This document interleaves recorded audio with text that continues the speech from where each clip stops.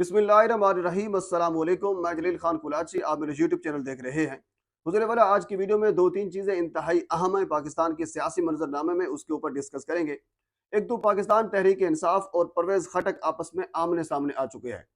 परवेज़ खटक के क्या शिकवे थे या फिर ग्राउंड रियलिटी असल में है क्या, जिसकी वजह से परवेज़ खटक पाकिस्तान तहरीक इंसाफ के सामने आ चुके हैं, इसके ऊपर डिस्कस करेंगे।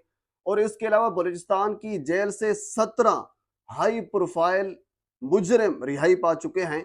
उनका रिहाई पाना या उसके पीछे मुहर्रिकात क्या हैं, उसके ऊपर डिस्कस करेंगे। और इसके अलावा खान साहब का एक इंतहाई अहम तरीन प्रोजेक्ट जिसको मोदी ने अडॉप्ट किया है, जबकि पाकिस्तान की हुकूमत ने, पंजाब हुकूमत ने उसको बंद कर दिया है। इंडिया उस चीज़ को अडॉप्ट कर रहा है, पाकिस्तान उस चीज़ को बंद क्यों कर रहा है, वो प्रोजेक्ट है क्या, उसके फ़वाइद क्या थे, अब क्या सूरत हाल है, उसके ऊपर भी डिस्कस करेंगे। आगे बढ़ने से पहले आपसे गुजारिश है मेरे चैनल को सब्सक्राइब कर दें ताकि आने वाली हर इंफॉर्मेटिव वीडियो आप तक पहुंच सके। हुज़ूर वाला सबसे पहले हम गुफ्तगू करते हैं परवेज़ खटक और तहरीक इंसाफ के हवाले से। परवेज़ खटक को, क्योंकि हालांकि ईद से पहले हमें ये लग रहा था कि ईद के बाद परवेज़ खटक अपनी नई पार्टी बनाएंगे, ये बिल्कुल वाज़ेह था। क्योंकि इससे पहले परवेज़ खटक और असद उमर एक लाइन पर हैं, जबकि कुछ और रहनुमा जो हैं वो किसी और लाइन पर हैं। आपको याद होगा जब असद उमर ने रिहाई यानी पाने के बाद प्रेस कॉन्फ्रेंस की, इंटरव्यू दिए और उन्होंने कुछ एतराज़ात किए, कुछ सवालात उठाए, जिसके ऊपर खान साहब को खासा एतराज़ था। एक तो असद उमर साहब ने यह कहा था कि 9 मई का वाकया 9 मई को नहीं हुआ, इससे पहले प्लानिंग थी, इससे पहले जो कुछ हो रहा था उन सब चीज़ों का नतीजा था जिसकी वजह से 9 मई हुआ। असद उमर ने यह बात कही जिसकी वजह से खान साहब को गुस्सा आया। और इसके अलावा असद उमर साहब ने यह भी कहा था जिसकी वजह से खान साहब को गुस्सा आया कि इलेक्टेबल्स ये कहते हैं कि फौज के साथ हमें सुलह कर लेनी चाहिए। अब अगर किसी पार्टी का सेक्रेटरी जनरल ये कह रहा है कि इलेक्टेबल ये चाहते हैं कि फौज के साथ हमारी सुलह हो, यानी इलेक्टेबल कोई और रास्ता चूज नहीं करना चाहते, तो कल को पार्टी के साथ या फिर खान साहब के साथ कौन सा इलेक्टेबल खड़ेगा? ये बड़ा अहम पॉइंट था। ये दो एतराजात थे, खान साहब ने इसके ऊपर काफी गम और गुस्से का इजहार किया था। असद उमर ने ये दो बातें कही थी। अब हम आ जाते हैं परवेज खटक वाले मामले के ऊपर। परवेज खटक साहब को, हालांकि आपको याद होगा कुछ अरसा पहले पार्टी तोड़ने की बुनियाद पर या उसके इल्जाम में शो काज नोटिस भी जारी हुआ था।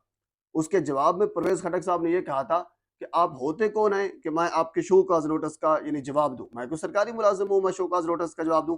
उन्होंने खान साहब के शो काज नोटिस का जवाब नहीं दिया था। और आपको इस चीज का भी इल्म होगा, जो 5-7 सीनियर रहनुमा हैं पाकिस्तान तहरीक इंसाफ के, खान साहब के बाद उनमें से एक परवेज खटक साहब भी हैं।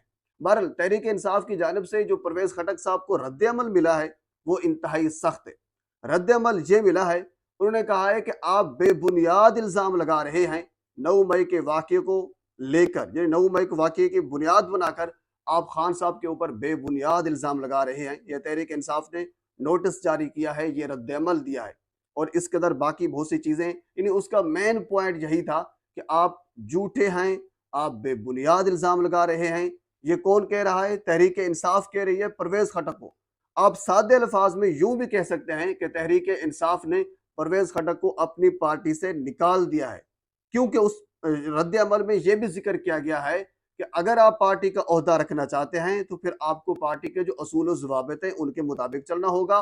पार्टी चेयरमैन पर तान तशरी, उसके ऊपर तनकीद नहीं करनी होगी और बिला वजह तनकीद, बिला वजह इल्जामात नहीं लगाने होंगे। यानी आप सादे अल्फाज में यूं कह सकते हैं कि पार्टी से परवेज खटक को निकाल दिया गया है और परवेज खटक अपनी पार्टी बनाने के चक्कर में। अच्छा, अब हम आ जाते हैं कुछ शिकवे हैं जो जराये से मालूम हुआ है कि अब परवेज खटक साहब जो है वो पार्टी से अलग क्यों होना चाहते हैं। जहरी सी बात है, मकबूल तरीन पार्टी है, 2 मरतबा वो KPK में उनकी हुकूमत बन चुकी है। अब आने वाली हुकूमतों में जहरी सी बात है उनका अच्छा खासा हिस्सा होगा, हालांकि उसकी मकबूलियत बहुत ज्यादा है, लेकिन अगर फिर भी उनको डिमोरलाइज किया जाए तो हिस्सा फिर भी कहीं नहीं जाता। लेकिन उसके बावजूद परवेज खटक साहब क्यों छोड़ रहे हैं?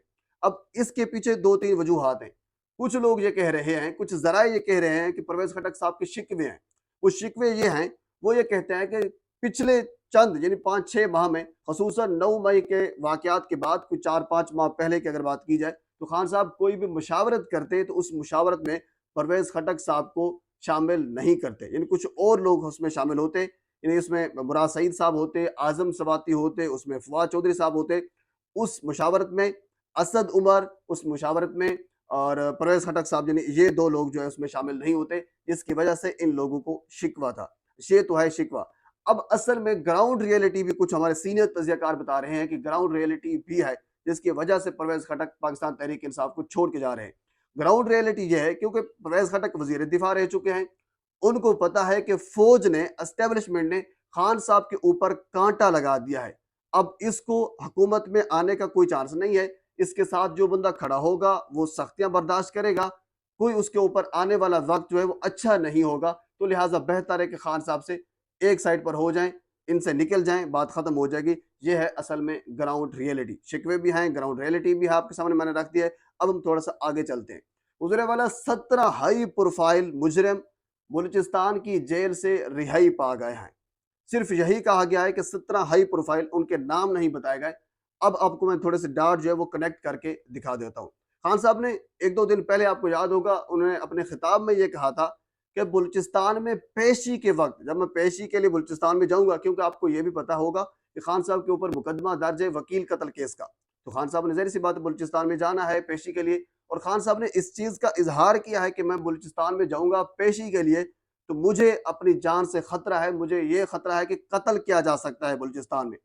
अब इन 17 मुजरिमान का जेल से रिहा होना, रिहाई पाना, खान साहब का ये बयान देना कि मुझे बलूचिस्तान में, अब जाहिर सी बात है खान साहब एक बहुत बड़ी शख्सियत है, उनके अपने जराए हैं, उनके अपने लोग भी हैं, जाहिर सी बात है जो उनको मुख्तलिफ खबरें देते होंगे। तो अब उनका ये कहना कि बलूचिस्तान में पेशी के वक्त मुझे कत्ल किया जा सकता है, ये आपस में डाट कनेक्ट हुए होते हुए नजर आ रहे हैं। अल्लाह ना करे कोई इस किस्म का वाकया हो, अगर अल्लाह ना करे इस किस्म का वाकया होता है तो फिर इसका जिम्मेदार कौन होगा? ये मेरा सवाल आपके सामने है।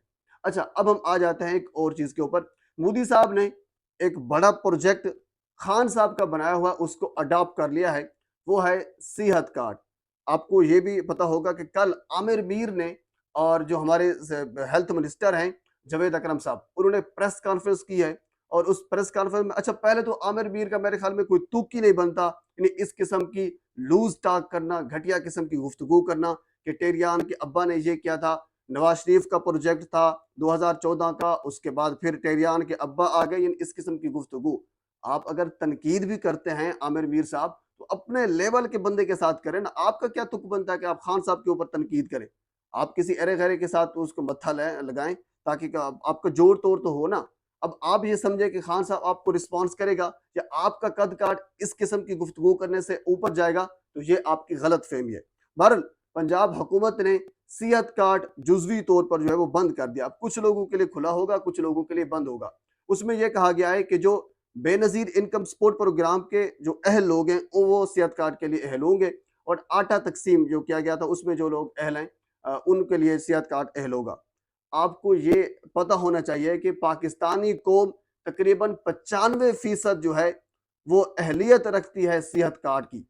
अब अल्लाह ना करे किसी सफेद पोश का बाईपास हो जाता है, तो उसके तो सारे सब कुछ बिक जाएगा, बिक जाएगा। उसके बाद फिर आप कह लीजिए कि वो उस नहज पर आके खड़ा होगा। खान साहब ने एक अच्छा प्रोजेक्ट बनाया था। असल में मकसद क्या है? असल में मकसद यह है कि इस प्रोजेक्ट को करेंगे बंद। बंद करने के बाद कुछ अरसे बाद दोबारा इस प्रोजेक्ट को अपने नाम के साथ, अपनी तख्तीक के साथ इसका इफ्तिताह करेंगे, बात खत्म हो जाएगी। हुजूर वाला ऐसा नहीं होगा हरगिज़ भी। आपकी ये गलत फहमी है। ये पत्थर का जमाना नहीं है। लोगों को पता है कि ये प्रोजेक्ट किसका है, किसने शुरू किया है। आप ये देखें कि दुश्मन हमारे उस प्रोजेक्ट की कॉपी कर रहे हैं, उसको अडॉप्ट कर रहे हैं, क्योंकि वो इस कदर शानदार प्रोजेक्ट था, खुशहाली लाने का ज़ामिन था ऐसा प्रोजेक्ट। जबकि हमारे अपने जो हैं वो इस चक्कर में, बुग़्ज़ इमरान में, बेसिकली आप ये कह सकते हैं कि उस प्रोजेक्ट को बंद कर रहे हैं। आपको याद होगा कि एक मरतबा मरियम नवाज साहिबा की एक ऑडियो, एक वीडियो लीक भी हुई थी, जिसमें वो ये कहती हुई पकड़ी गई थी कि सिर्फ एक ही तो प्रोजेक्ट है खान साहब के पास, सेहत कार्ड वाला, इसको किधर इधर उधर करें, बाकी को हम मैनेज कर लेंगे। तो वही बात है कि उसको इधर उधर करने की जो है वो कोशिश की जा रही है। बहरहाल ये पाकिस्तान के सियासी मंजरनामे में अब तक का अपडेट है। मजीद इस हवाले से जो कुछ मेरे तक पहुंचेगा मैं बर वक्त आप तक पहुंचाने की कोशिश करूंगा। एक मरतबा फिर आपसे गुजारिश है मेरे चैनल को सब्सक्राइब कर दें, ताकि आने वाली हर इंफॉर्मेटिव वीडियो आप तक पहुंच सके। अल्लाह हाफ़िज़।